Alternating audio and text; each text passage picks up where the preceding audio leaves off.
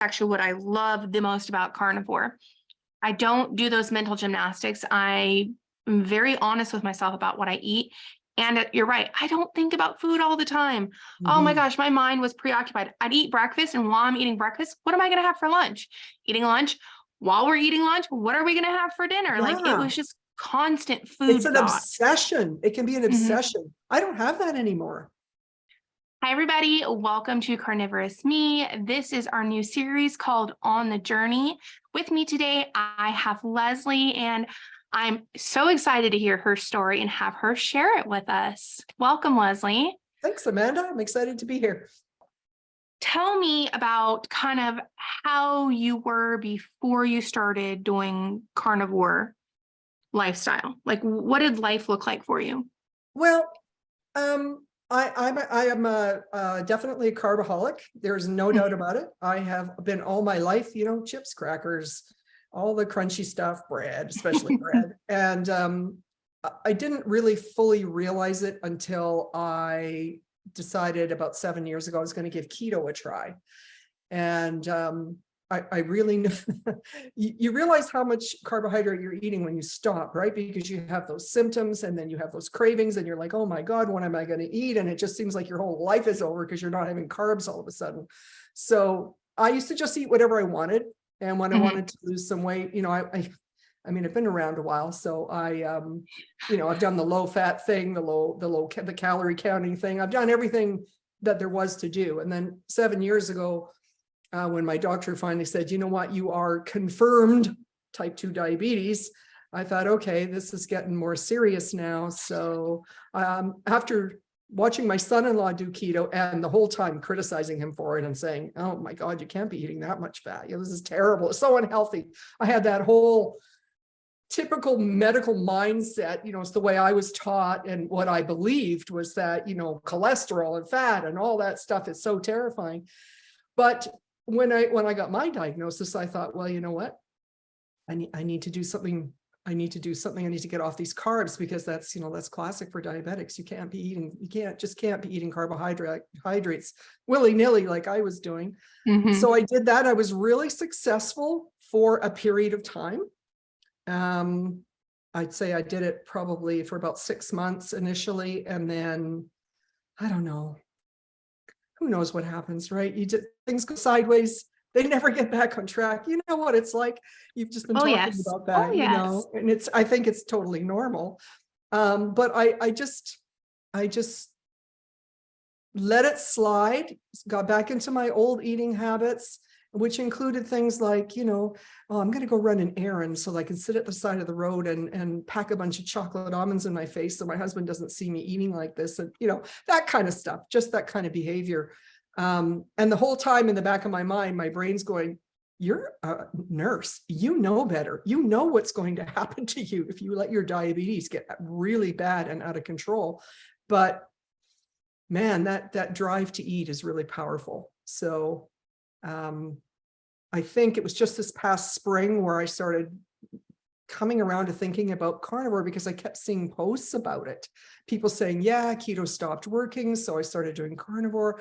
And I was thinking, oh, meat and fat, like that can't be good for you. I still had that same thing in my head. And then gradually just started becoming more and more and more focused on meat and fat and less on other things until the last 3 months is when I've been doing it really solid. Have you done research of your own? Like, because, people always have those concerns about eating so much meat and so much fat. Have you found yourself doing more research into the actual literature and studies to kind of soothe that part of you? Absolutely. I have no doubt anymore. I follow Dr. Jason Fung.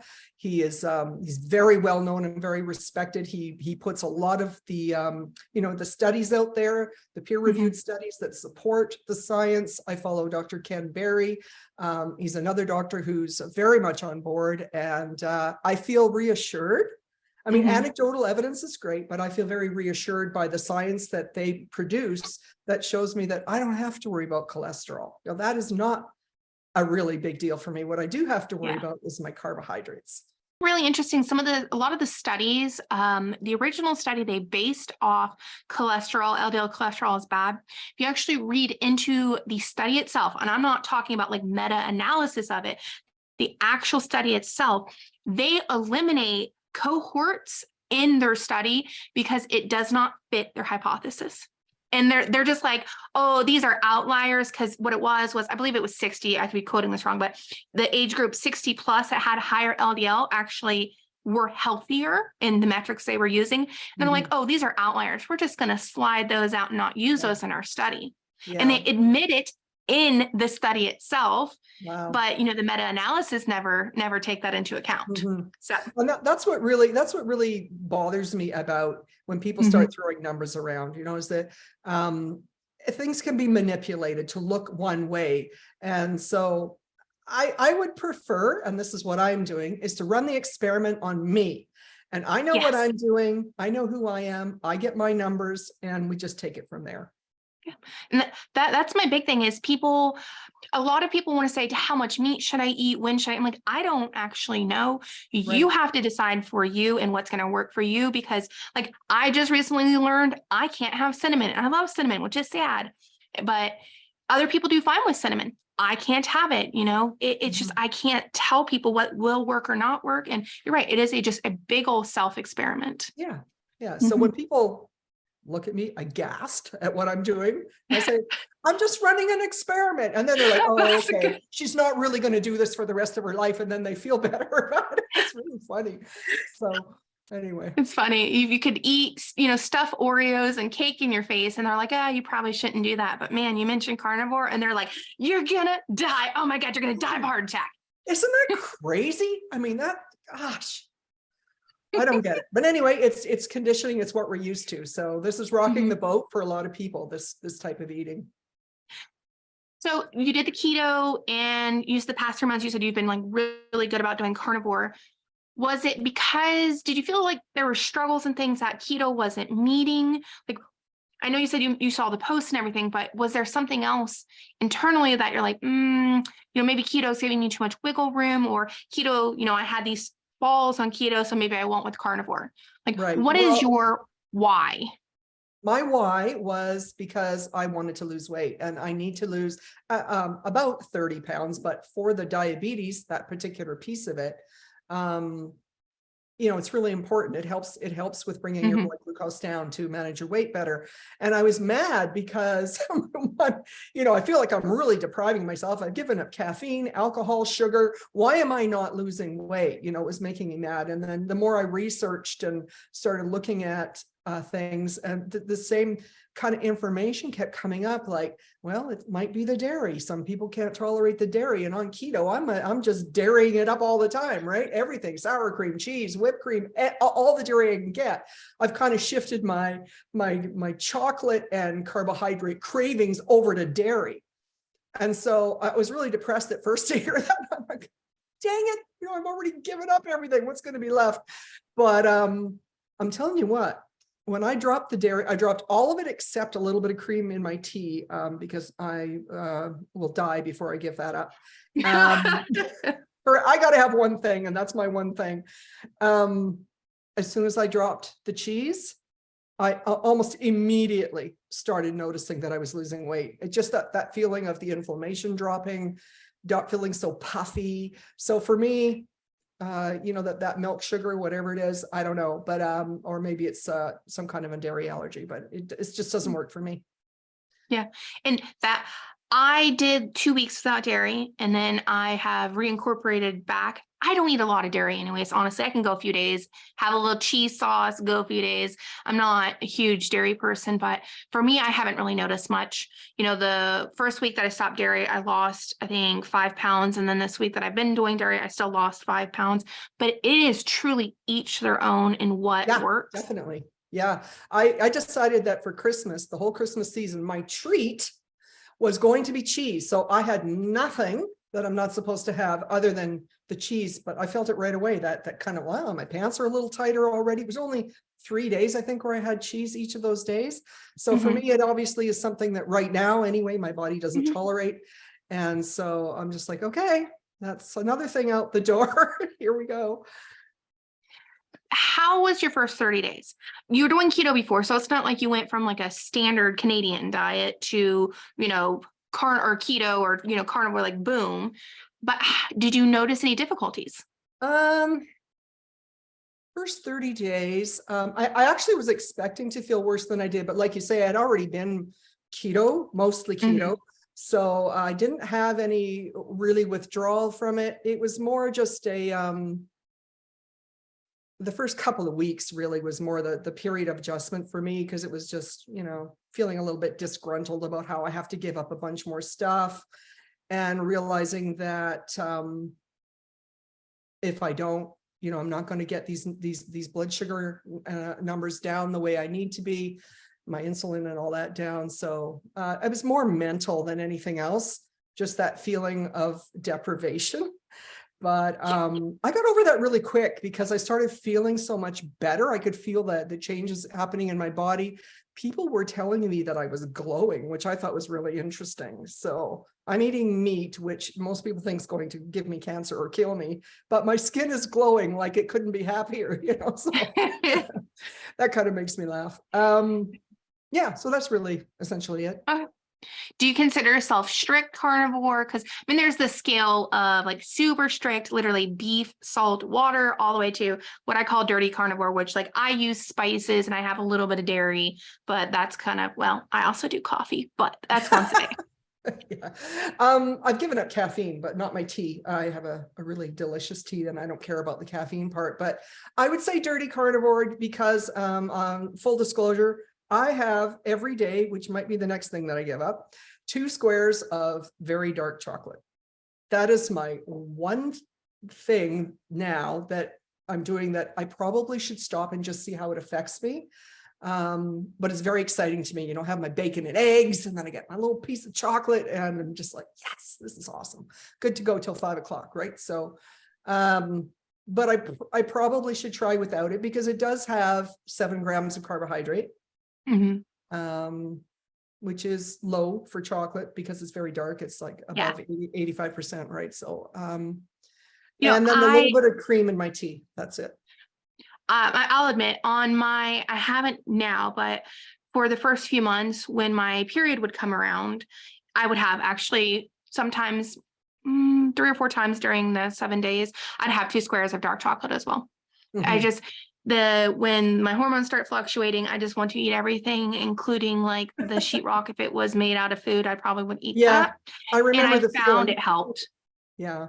And that's actually another point that you just reminded me of. So for me, it's the menopause stuff. And what I noticed is that I started having about twice as many hot flashes when I was eating the cheese over Christmas. So that's another thing, you can tell it's having an effect on you hormonally, and it's unpleasant. So yeah, that's very interesting. Yeah. I'm trying to get Scott. I call him the cheese monster. I told him I want him to try 2 weeks without cheese, because now he's tall and skinny, he lost his 30 pounds, but he eats cheese all day long, but he has really bad allergies. And I told him, like, I'm wondering if you are eating so much cheese that the cheese might be doing it for you.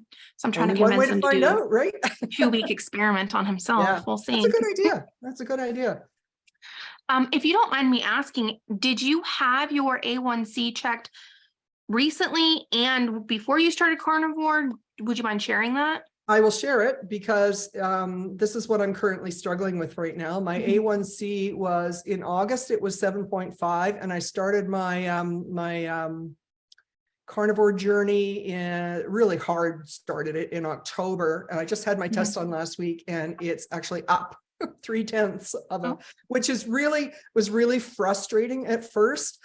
But then I did some more reading, the experts, my go-to guys, and what I'm understanding is your A1C is not just a blood sugar marker. It's also indicative of how much inflammation, what your general overall health is. So what they keep saying is just don't quit, just keep going, stay on track, and eventually the A1C will reflect better health. So this whole thing, it can't be just about that. It has to be about better overall health too.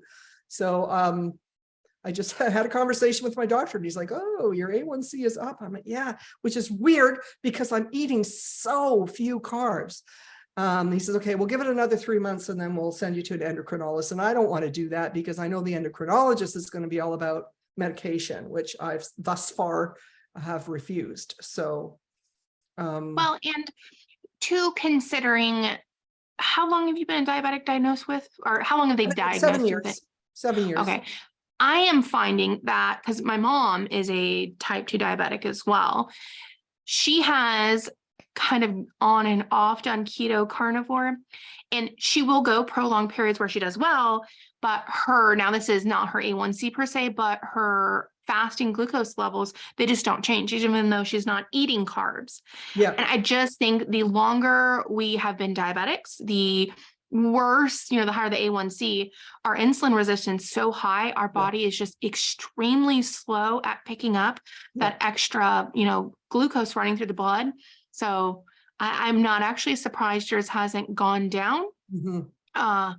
I will be surprised in the next 3 months, your next check. I would really love to, let's touch base again then to see how things are going that way, because I would imagine at least a whole solid point drop at that point. Gosh, I hope so. So my next set of labs will be in March. And this last set, when my doctor was talking to me, I said, hey, can you send me for a fasting insulin? Because let's find out if my pancreas is working. First of all, we should probably know that, or if this is just, extreme insulin resistance.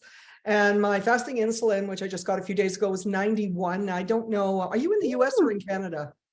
I'm in the US. In the US. I don't know. The numbering system is different down there than. It might be. Mine is 13, which is still high. Trying to remember when I did the research, they want you less than 2, I believe. Yeah, but it might be a different whatever scale they're using. Right. I don't know. I'm not sure. The scale. So according to, because the lab results come with what the normal range is beside every value, right? Apparently I'm right in the middle of the normal range, but I know that's not true. That can't be true. So interesting. He's going to call me about it on Friday and talk to me. I'll be interested to see what he has to say about it. Doctors here don't order fasting insulin. They just don't. They think that the glucose is the marker, the be all end all, but it's not. Glucose is a symptom of what the underlying condition is, which is, it's an insulin-based problem. So most doctors here don't. You have to ask them. Yeah. I have to ask my physician. I mean, he's not, I shouldn't say the worst, but he's not supportive of carnivore, but he hasn't, booted me out. But I do have to ask him constantly to order, this test and that test. And this is what I like about my doctor is that he will order me tests when I want them. So, and of course it's all funded by the government anyway. So it's not like, I think it's probably easier to get those tests ordered here. Actually, maybe it's not, because they don't want to put a strain on government resources. Anyway, I don't know how it compares to asking for tests in the US, because you're paying for it. You should be able to get whatever you want if you're paying for it, right?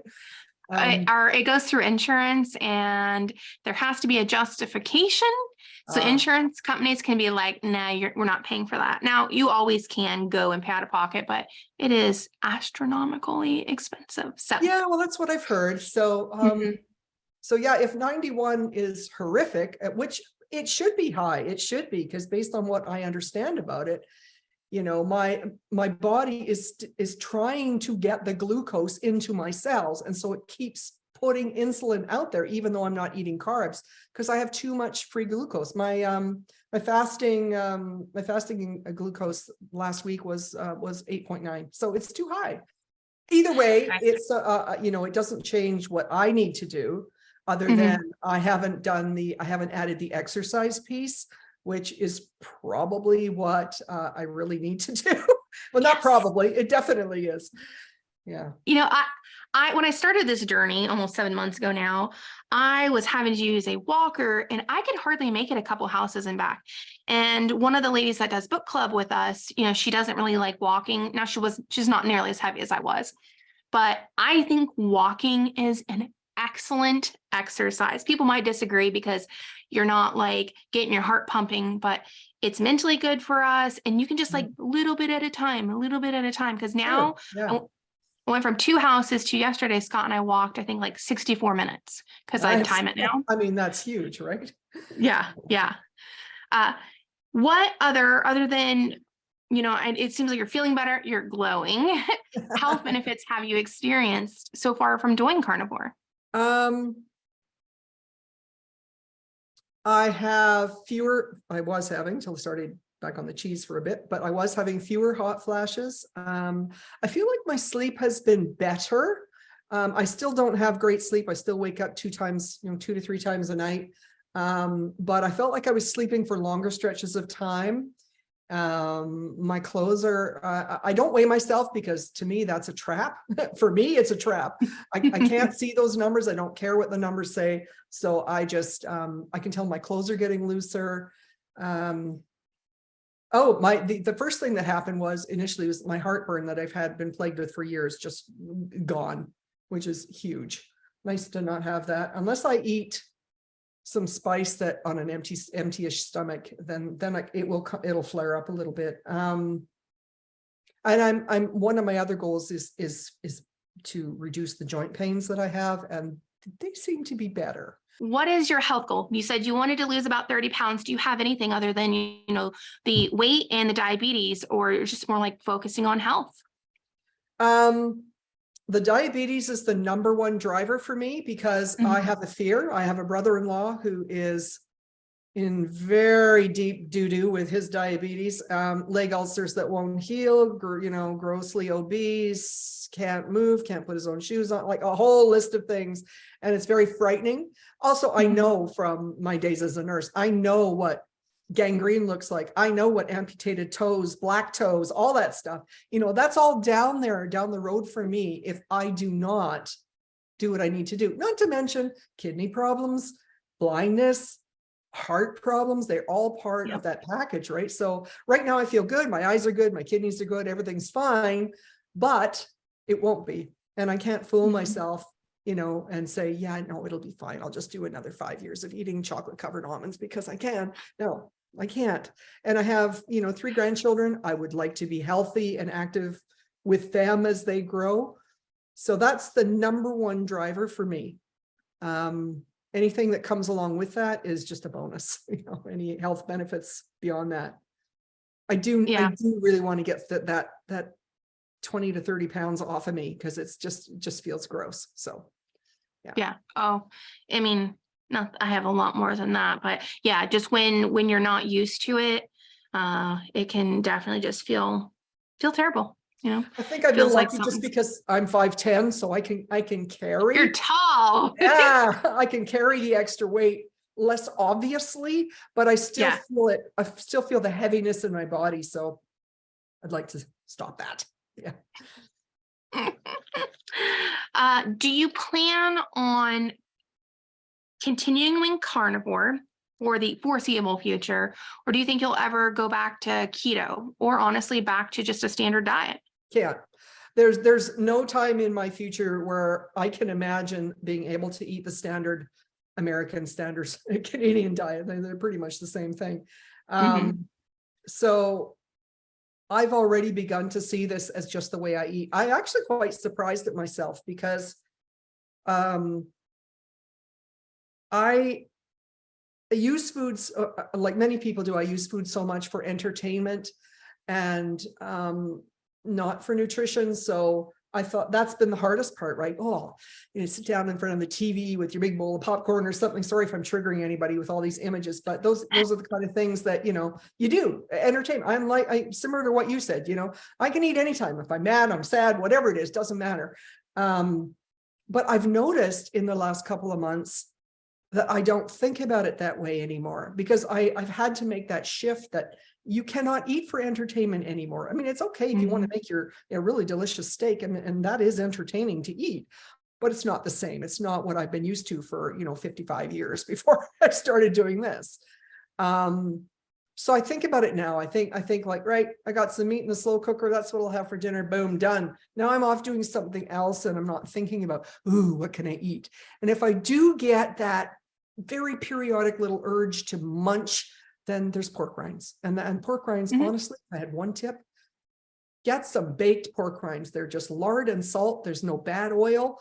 And they help me. They help me so much with that need to, crunch down on something salty. So Scott loves chips and queso. And he does not like pork rinds and queso as much, but I'm like, you know what? It's something. it's And I did something. find you have to be very careful about the pork rinds you get, because if they are flavored, they have MSG. I have never found a flavored pork rind that does not have MSG and chemicals in it. They Agreed. have to be the ones that literally are pork rinds, salt, done. You just have to look for them. So I'm sure they're available in the States. They're Lay's. They're called baconettes. They're baked, they're not deep fried, and it's just lard and salt. But if you buy the spicy ones, then you get all the MSG and the other stuff that goes with it. I don't think I've seen the Lay's version. I'll have to look. I don't remember what brand. It's whatever Costco had. I'll have to try it, because these, it doesn't say how they're cooked. I don't know. I'm assuming they're not cooked in oil, because they'd have to list it. They're cooked in their own fat, but I still would like to try another brand. Yeah, well, I haven't. So Costco, I don't like Costco's, but these, I find them here. I have found them in the States, so you should be able to hopefully get them. I'll just have to look. Yeah. We don't go to the regular grocery store much, because we go to Costco all the time. So yes, yeah. In your house, are you the only one doing carnivore? Do other people? Oh, yes. Yes, I am the only one. My husband and pretty sure he thinks I'm crazy. How do you deal with that? How do I deal with it? He cooks what he wants for himself, or like the other day I made a big tub of goulash, which ordinarily would be okay, except that I personally can't tolerate butter, and there's a lot of butter in it. So otherwise it would be a great carnivore dish. And I made that for him. He does a lot of his own cooking, and if it's something I can eat, I'll eat it. If I can't, then I usually make up a big batch of spaghetti sauce with like this much tomato sauce in it. Excuse me, a little bit of onion and salt, and I just freeze it in individual baggies. And if there's whatever is going in the house, it doesn't work for me, then I just pull one of my little baggies out and eat a bowl of that, and I'm fine. Okay, he finds it quite. I don't know. The way I eat. I'm not sure if I could do so well on carnivore if Scott wasn't doing it with me. I don't know if I have the willpower not to like go much on that stuff in the house. It's hard. It's kind of, in a way, it's like Christmas all the time, right? Because you got somebody in your face who's eating things that look really delicious that you're not going to have. But I've just hit the point of being very resolved, and more resolved than I've ever been on any eating plan I've ever been on. And I think the main reason for that is that I'm not hungry, which, I mean, every other diet you go on, it seems, with the exception perhaps of keto, it's deprivation. Your calories are low. Your body's telling you to eat all the time. You're feeling miserable. But, like I had breakfast at 11:30 this morning. I might not even be hungry till 6 o'clock. That is unheard of for me. I was usually eating every 2 hours, looking for something constantly. So it really helps to not be hungry, because then you can say like, whatever, I'll just have a cup of tea or whatever, I'll go for a walk, and you don't feel that gnawing thing in your stomach. So what would be your number one piece of advice for someone that does have a spouse or other family members that are not doing carnivore?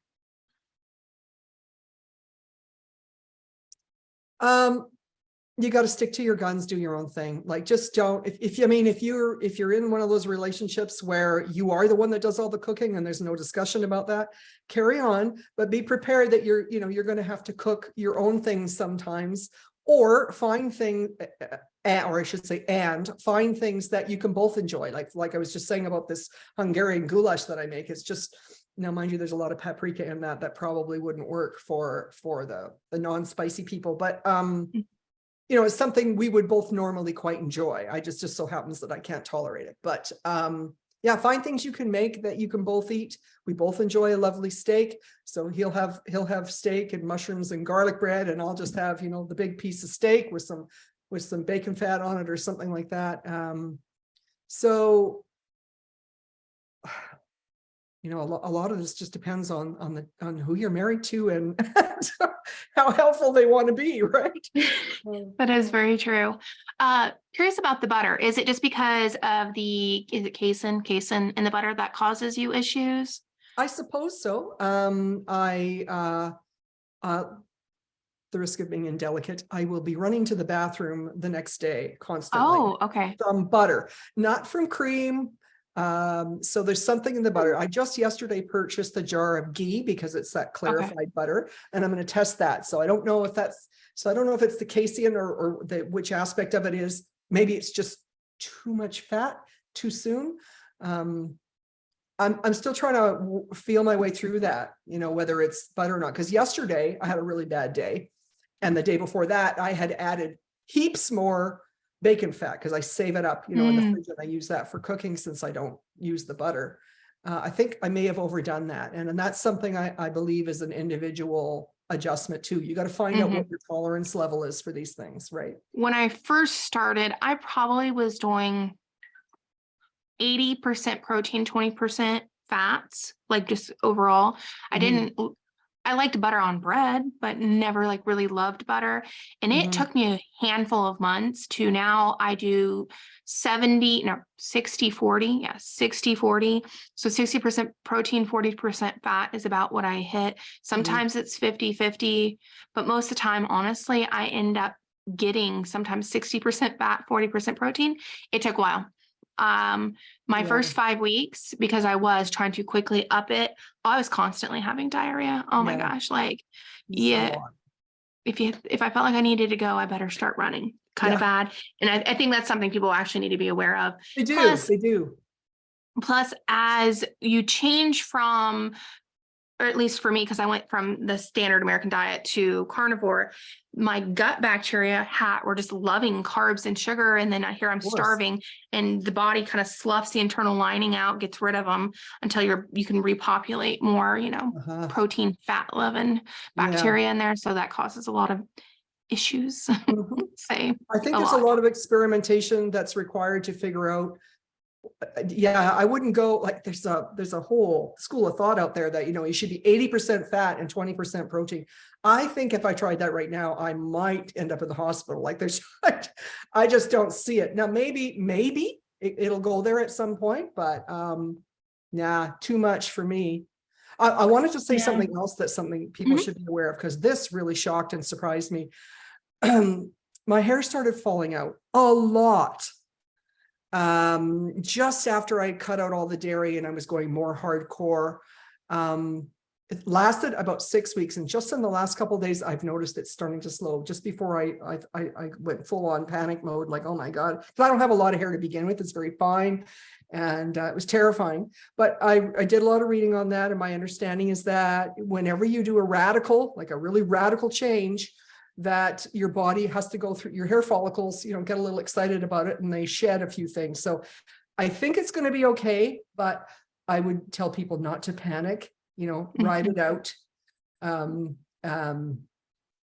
don't know at what point you should panic and go to the doctor, but for me, it seemed to be about 6 weeks, and now it's calming down, thank God, because I was quite worried. You'll find, because I've noticed like my hairline, you can see my scalp more, but I have all these tiny little bitty hairs, little baby ones. Yeah. Well, I hope I start seeing that, because I comb my hair and I got a handful. I'm just like, oh, this is not good. But anyway, it's getting better. So mine was so bad halfway, because I have this like little rubber thing you put in the drain to catch hair.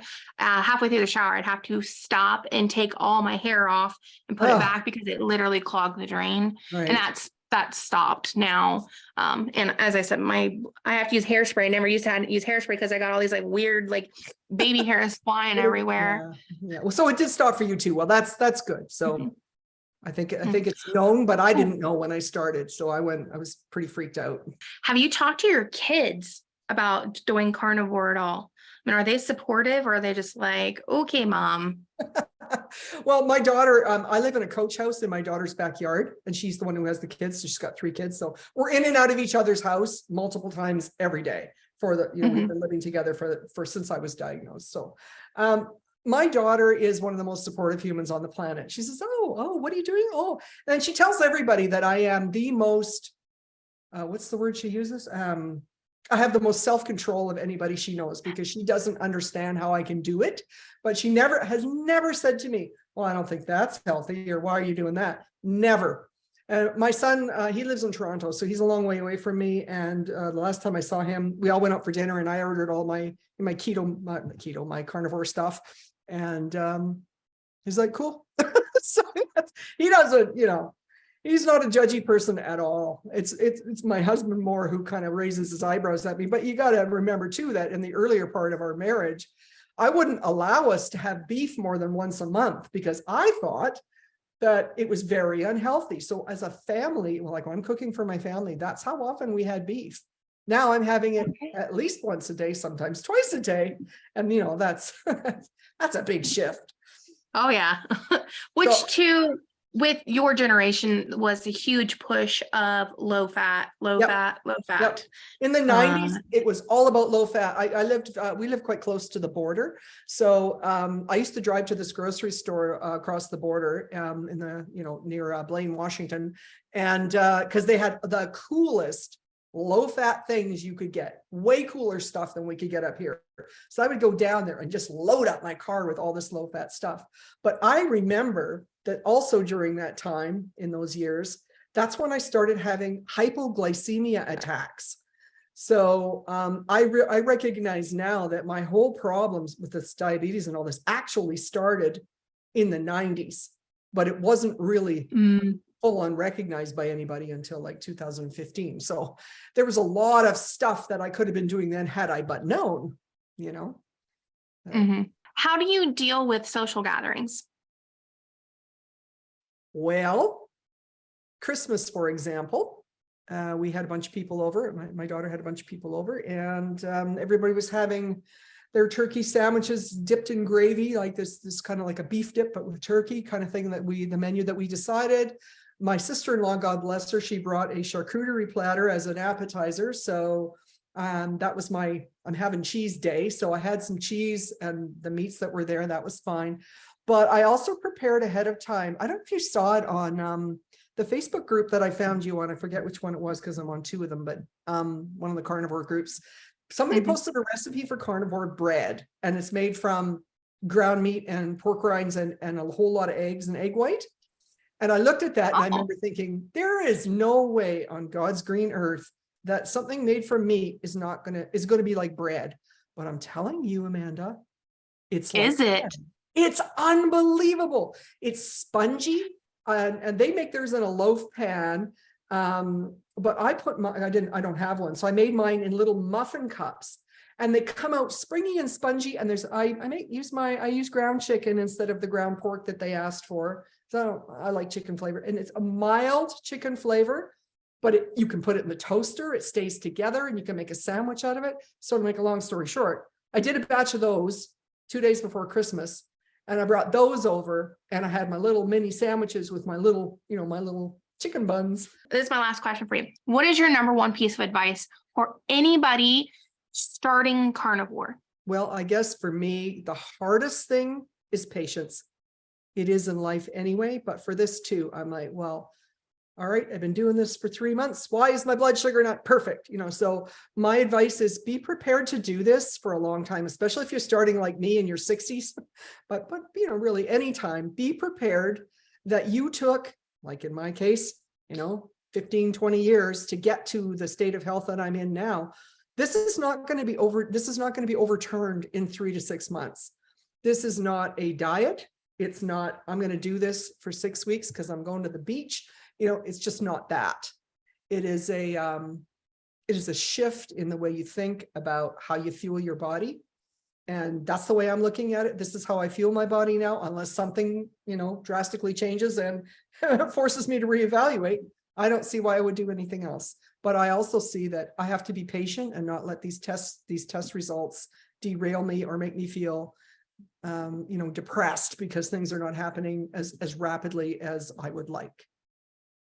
Do you think the perspective change, changing our mental thought from, as you said, I'm going to do this, 6 weeks going to the beach, or viewing it as a diet to more of a lifestyle? Do you think that's been your biggest boon, that you can just literally accept it is what it is and you're just going to move forward? Yeah, I actually think when I started that I didn't believe that that's possible, because I thought I will always be that person that wants to use food as entertainment.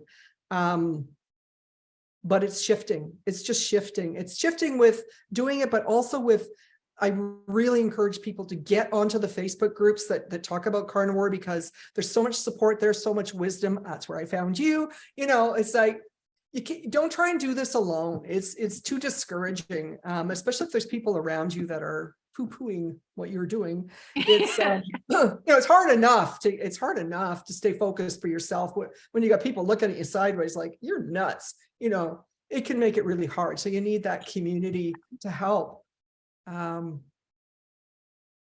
Yeah, I know. I can see as far ahead. I can look ahead to June going, I'll still be doing this. Whereas, I used to be like, right, okay, 2 more weeks of this and I'm going to go back to having my chips and my bread. Well, no, I'm not.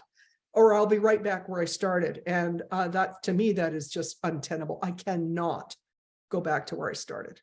Mm-hmm.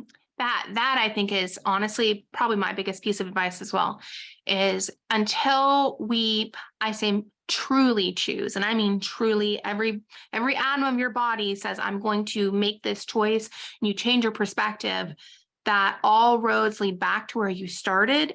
If you half-heartedly or dip your toe into, honestly, it doesn't matter what diet it is or what lifestyle change, all roads lead back to it if you don't actually make a true choice. Yep, that's right. That's absolutely right. And it's a hard realization to come to. Look at how long it's taken me to get there. I finally realized that I can't do it anymore. I just can't.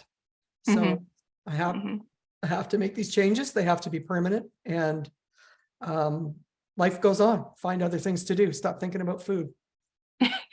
Yes. Easier said than Is done. there anything else that you'd like to share? I did make a bunch of notes. Let me just have a quick look and see. Is there anything I wanted to tell you? Oh, you know what? There was one other thing, because this is what I got sucked into. It wasn't just the cheese when I was doing keto. It's the nuts. I thought, well, nuts are protein. They're perfect for keto.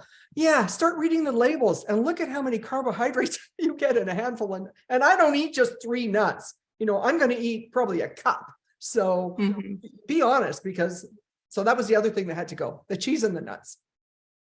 I did keto, and that was my problem. Is I lost some weight initially, but then I started using the sugar substitutes and the nuts and tons of dairy, and I just stopped losing weight, and I just got so frustrated that I went back to eating bad because I got frustrated.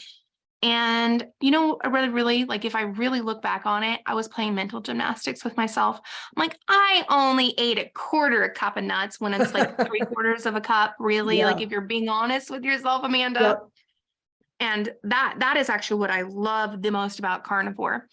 I don't do those mental gymnastics. I am very honest with myself about what I eat. And you're right, I don't think about food all the time. Oh my gosh, my mind was preoccupied. I'd eat breakfast, and while I'm eating breakfast, what am I going to have for lunch? Eating lunch. While we're eating lunch, what are we going to have for dinner? Like, it was just constant food. It's an obsession. It can be an obsession. I don't have that anymore. I plan just because, I need to pull something out of the freezer, but that's way different. That's a really good point that you raised about the artificial sweeteners, because that's something I did not know. For some of us, just having an artificial sweetener can spike your blood sugar. Just that taste of something sweet can do it. Your body thinks it's getting sugar because it's triggered by the tongue. I don't use, one, they gave me really bad stomach problems. But 2, I found that I was using the artificial sweeteners like I would sugar. I just literally switched real sugar for fake sugar. And it didn't make me address my problems. Right. It doesn't break the addiction factor. And I'm sure there's other things I could be doing to lose that, because I'm not completely over it, that desire. There's times when I just want to tear into a bag of chips and just call it a day. But I don't know what it is. I probably should talk to a psychologist or read some stuff about the psychology of eating and why we do what we do, because I'm sure it's not the same for everybody. Have you read Jordan Peterson's 12 Rules for Life? I have not. I'm familiar with who he is, but I haven't, no. It is an excellent book. I know there is a lot of contention around him, but if you just remove that part from the actual book, the book is excellent because it requires you to a lot of self-reflection. Mhm. I discovered, because I'm 7 months and I still have these moments, every single time I want to eat, something sweet or something I shouldn't, it is something is going on internally, an emotion I'm either not working through, anxiety, or, I get triggered. It's a very funny word to use now, but I get triggered by, some stressful event. And it's Right, like, brain says, you want to go eat this, you're not supposed to. right. So for me, the book helped me realize that when when those happen, that is exactly what is happening for me.